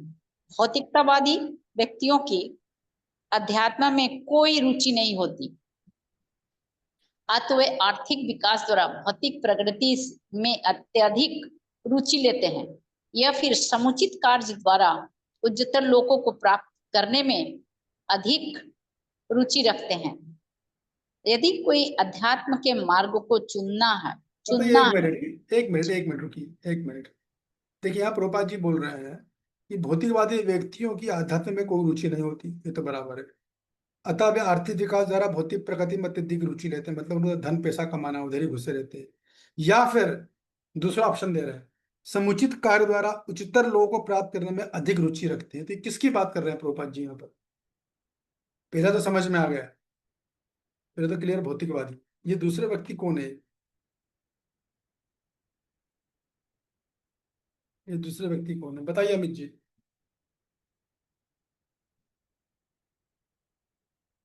अरे बोलिए। ये डॉक्टर नीता। हरे कृष्ण प्रभु जी, इसमें जो सकाम कर्मी है, जो विभिन्न तरीके के यज्ञ करके वो अपनी इच्छाओं की पूर्ति करते हैं, उनकी बात कर रहे हैं। बिल्कुल सही बात है, बिल्कुल सही बात है। तो सकाम कर्मी भी क्या करते हैं, उच्चतर लोगों के लिए प्राप्ति करते हैं। लेकिन सपोज करो सकाम कर्मी ने भी अपना कर्म छोड़ दिया, ठीक है, सकाम कर्मी ने भी छोड़ा, यज्ञ वक्त छोड़ दिया अपने, और सब कर्म को त्याग दिया है, तो क्या हुआ, स्वर्ग तो मिलेगा नहीं इसको, ये तो पक्की बात है। बाकी का तो चलो क्लियर हो गया, अब सकाम कर्मी की बात करें तो स्वर्ग तो उसको मिलेगा नहीं। और दूसरी तरफ वैराग्य और अभ्यास के अभाव में वो विषय से आसक्त होने के कारण अपना योग भी छोड़ दिया उसने, क्योंकि इसकी आसक्ति थी अभ्यास वैराग्य, उसने प्रैक्टिस नहीं किया। सकाम कर्मी तो अभ्यास और वैराग्य प्रैक्टिस नहीं करेगा।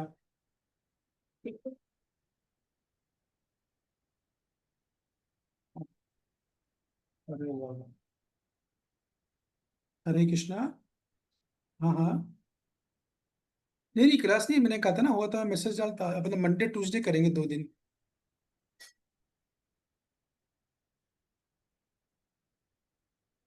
ओ, सब लोग आए हुए हैं क्या?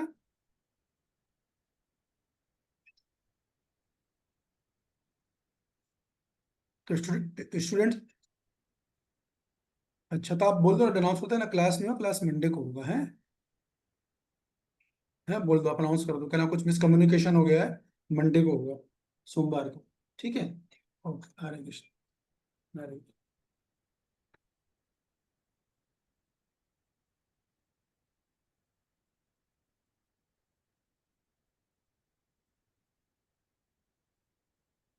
एक बार होल्ड कीजिएगा, सेकंड।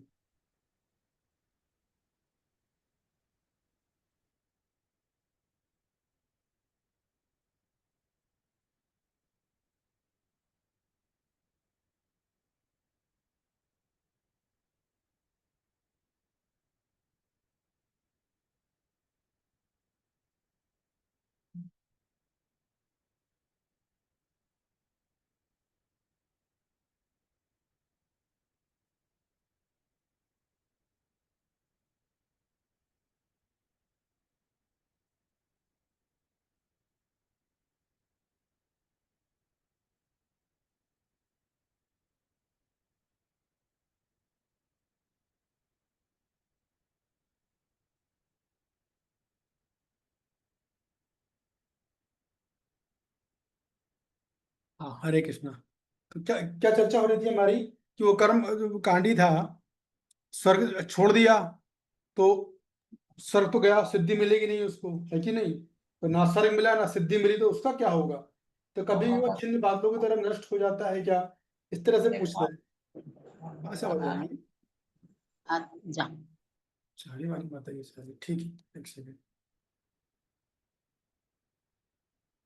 तो देखिए, ये कि अर्जुन ने असफल, इसको बोल सकते हैं अपन असफल योगी, तो अर्जुन ने असफल योगी की तुलना बिखरे हुए बादल से बोलो या फटे हुए बादल से, छिन्नाप शब्द है ना श्लोक में, उससे क्यों करी? किसी और चीज से भी कर सकते थे, कौन बताना चाहेगा? छिन्न भिन्न क्या है यहाँ पर, छिन्न अभ्रम, छिन्न अभ्रम शब्द है श्लोक में, छिन्न अभ्रम, छिन्न मतलब भटका हुआ बादल,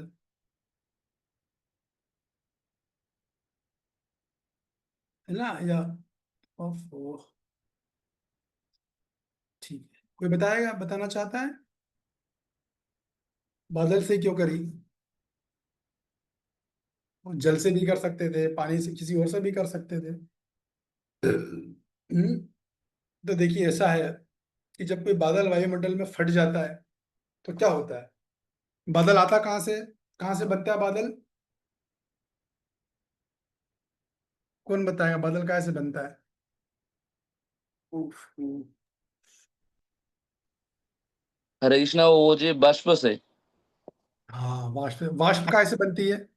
भाप मतलब आपका धरती का जो पानी आपका वो बाष्प तो होता है, उस तो उस धरती के पानी को क्या बोलते हैं? जल वही आपका हैं? धरती का। ठीक है, कोई बात नहीं, आप सही बोल रहे हो। तो बादल जो बनता है वहां से ना, समुंदर से बनता है, ठीक है। तो जब कोई बादल में होता है पानी, जब कोई बादल वायुमंडल में फट जाता है, तो बना समुंदर से वो, तो समुंदर में तो पहुंच नहीं पाता, और ना ही वो वर्षा बनकर धरती पे गिरता है।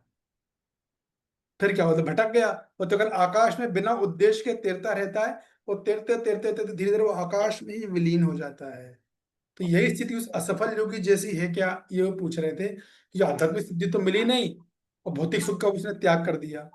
तो बादल की तुलना जो है वो इस बात को दर्शाती है, जिस प्रकार बादल ना आकाश का बना ना पृथ्वी का बना। तो हरी मानी माता जी, मैं म्यूट कर रहा हूँ, आप बार बार अनम्यूट कर देती है। तो बादल जो है बनता पृथ्वी से है, समुद्र से बनता और जाता आकाश में, लेकिन इसके बाद जब वो बन गया और बादलों के झुंड से अलग हो गया, भटक गया, दिशाहीन हो गया, तो ना आकाश का रहा ना पृथ्वी का रहा।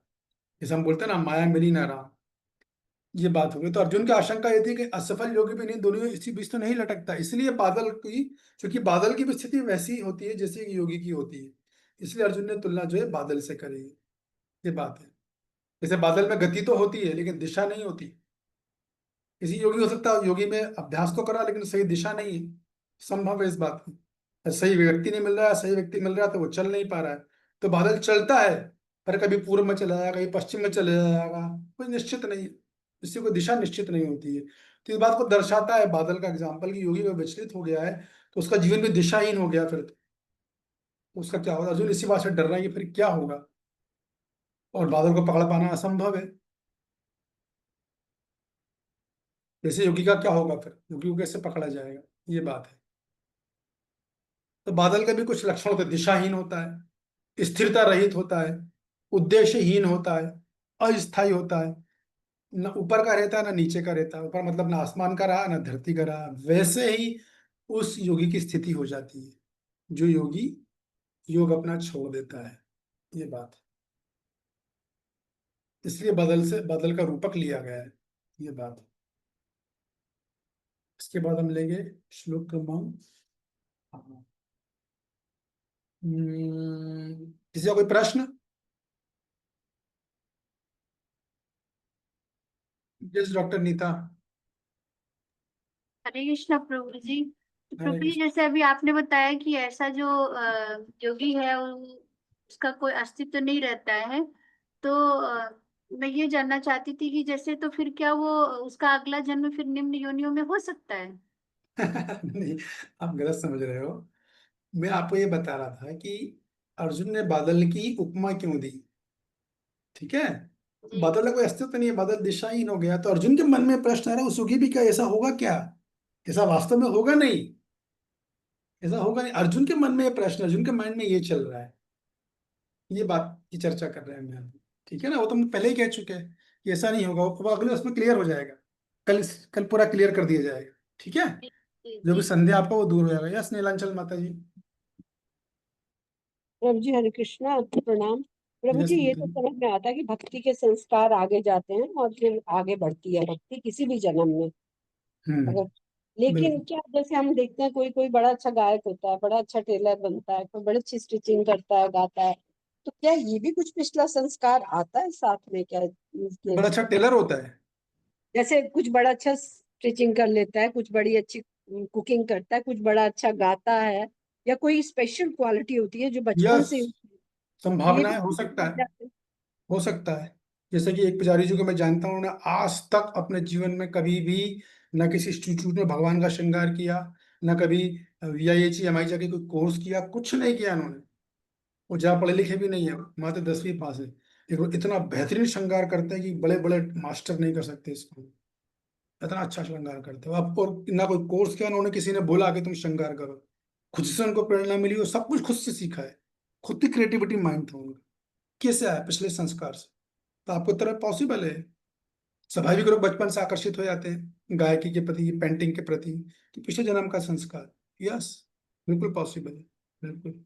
और प्रभु जी एक और था, क्या गोदान का महत्व, जैसे अब हमारा मृत्यु का समय नजदीक है, तो क्या गोदान मतलब करना तो चाहिए, कंपल्सरी होना चाहिए, बट स्टिल एक होता है वैतरणी नदी पूंछ पकड़ के गाय की पूंछ से, तो क्या हम सबको जल्दी गोदान कर लेना चाहिए या कैसे, क्या होना चाहिए इसमें? मतलब गोदान की जब बात आती थी वो कर्मकांड सेक्शन में की दृष्टि से अनिवार्य है। जो लोग कर्मकांड करते हैं, जो भक्ति नहीं करते, कर्म कांड करके उनके लिए करना अनिवार्य है। लेकिन जो भक्ति कर रहे हैं, भक्ति का पता है, उनके लिए बिल्कुल अनिवार्य नहीं। लेकिन मना भी नहीं है, कोई चाहे तो कर सकता है, क्यों नहीं कर सकता, लेकिन नहीं, उसके अनिवार्य नहीं स्थान पे हम संत सेवा कर दें या कुछ ऐसा कर दें, मतलब है। मेरा हाँ, कहने का मतलब था ये ऐसा। ये गोदान भी बड़ा सेटल पॉइंट है। गोदान अगर मान लीजिए कोई व्यक्ति इस भावना से कर रहा है कि उसे स्वर्ग जाना है, तो वो भगवत धाम नहीं जाएगा, वो स्वर्ग जाएगा। गोदान भी क्यों किया जाता है? केवल इसलिए कि कृष्णा को संतुष्ट करना है। गाय की सेवा क्यों करनी है? कृष्णा को सेटिस्फाई करना है, उस चेतना में करनी पड़ती है। ओम नमो भगवते वासुदेवाय, भगवान आप संतुष्ट हो इसलिए हम इस गाय को जो है सेवा कर रहे हैं। तो पर्पस भक्ति मतलब कृष्ण को प्रसन्न करना।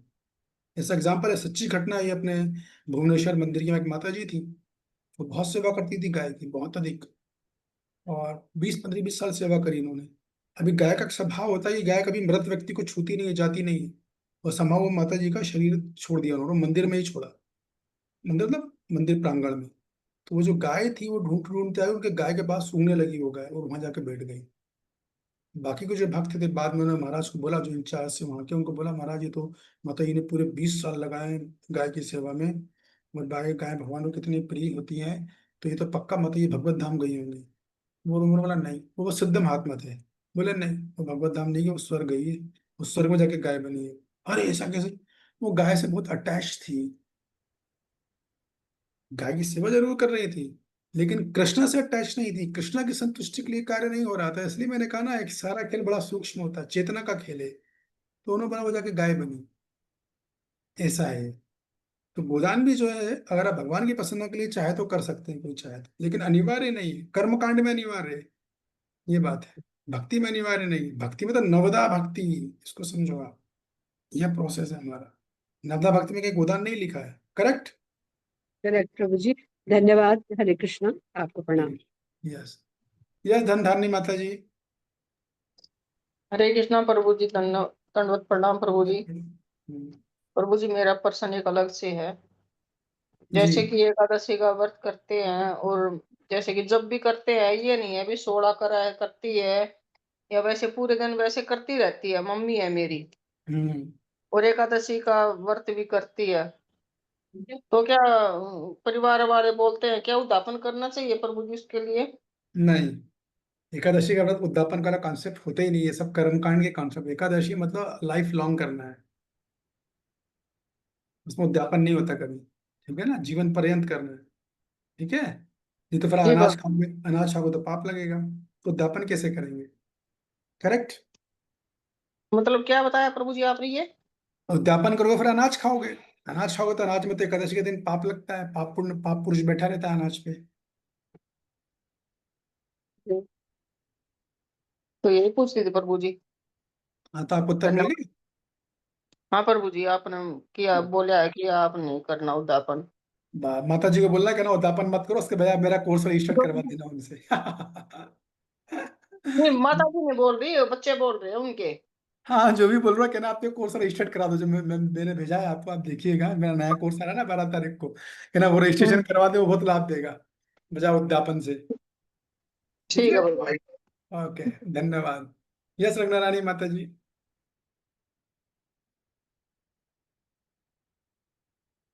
पूछिए रंगना रानी माता जी, क्या प्रश्न है आपका? हरे कृष्ण प्रभु जी, जैसे आपने अभी पीछे क्वेश्चन किया था कि जो योगी, असफल योगी है, ये वो क्या दोबारा संसार चक्कर में पड़ता है ना? तो नहीं पड़ता, आपने कहा है ना? हाँ पड़ता, लेकिन ये है कि अगर वो सफल नहीं होता, ठीक है ना, फॉल डाउन नहीं होता कि वो योनि में नहीं जाएगा, लेकिन अगर मनुष्य योनि भी उसको मिलती है दोबारा से, आपने कहा कितने जन्म लगेंगे ये पता नहीं है, तो एक बार फिर दोबारा मनुष्य योनि में आ गया तो वो संसार चक्कर तो है ही है। हाँ, वो उसका सारा उत्तर आपको कल मिलने वाला है। ठीक है कल जो श्लोक होगा ओके। ना, आप ध्यान से सुनो, बढ़िया उत्तर मिलेगा आपको। श्लोक क्रमांक 4, आज हमने कितने कर लिए? 48 कर लिए ना, 38 तक। ठीक है। हाँ हाँ, तो कल इसमें चर्चा होगी हमारी, इसलिए मैंने कहा था श्लोक क्रमांक 40 और 41 बड़ा महत्वपूर्ण। 40, 41 और 42, खासतौर से ठीक है 41। प्रभु जी, थैंक यू। श्लोक क्रमांक 41 और 42 में भगवान ने पूरा उत्तर दिया कि क्या होगा उसका। ठीक है ना? ठीक है, आप सबका बहुत बहुत धन्यवाद, थैंक यू वेरी मच। और मैं अनुरोध है कि जो मेरा कोर्स आ रहा है उसको जरूर हरे रजिस्टर कृष्णा कर। प्रभु जी, दंडवत प्रणाम, दंडवत। प्रभु जी मैंने कर दिया। हाँ, हाँ, दंडवत धन्यवाद प्रणाम। धन्यवाद, थैंक, काफी कुछ लोगों ने कर हरे दिया। कृष्ण प्रभु जी, और धन्यवाद। रुक्मिणी वाली माता जी भला छी। हाँ, हरे कृष्णा प्रभु। रजिस्ट्रेशन हाँ, हो ভালো আছি। हम्म, आप कैसे हो प्रभु जी? ठीक है, बढ़िया है। मेरा आपको भेजा है, मेरा लिंक, कोर्स का लिंक भेजा हाँ है। हाँ हाँ हाँ, देखी हूँ मैंने, देखी हूँ कदम मैंने। ललिता माता जी को ही बोल दीजिएगा, प्रभु जी रजिस्ट्रेशन हो जाएगा ठीक है प्रभु। प्रभु। और राधा कांत प्रभु जी माता जी को भी, है ना, कांता राधा माता जी को भी। हाँ हाँ हाँ हाँ, ठीक है। ठीक है हरे प्रभु। कृष्ण प्रभु जी, सादर प्रणाम। हरे कृष्ण हाँ? प्रभु जी। हाथ उठाइए, कौन बोल रहा है, मेरे को समझ नहीं आ रहा। हरे कृष्ण प्रभु जी, धन्यवाद प्रणाम। ਚਾਬੀ ਉਹਦੇ ਨਾਲ ਹੋਏਗੀ, ਮੇਰੇ ਪਰਸ ਨਾਲ ਇੱਥੇ ਇੱਧਰ ਇੱਧਰ ਹੈ ਰਹੀ ਆ। यस, हरे कृष्ण प्रभु जी। प्रेमदात्री वृंदा माता जी बोलिए। वो लक्ष्मी को सेंड कर दी है, तो वो रजिस्ट्रेशन ऑटोमेटिक हो जाएगा क्या? वो मैं कर दूंगा, चिंता मत करो, ओके मेरी जिम्मेदारी, हाँ ठीक है ना। ओके। हरे कृष्ण।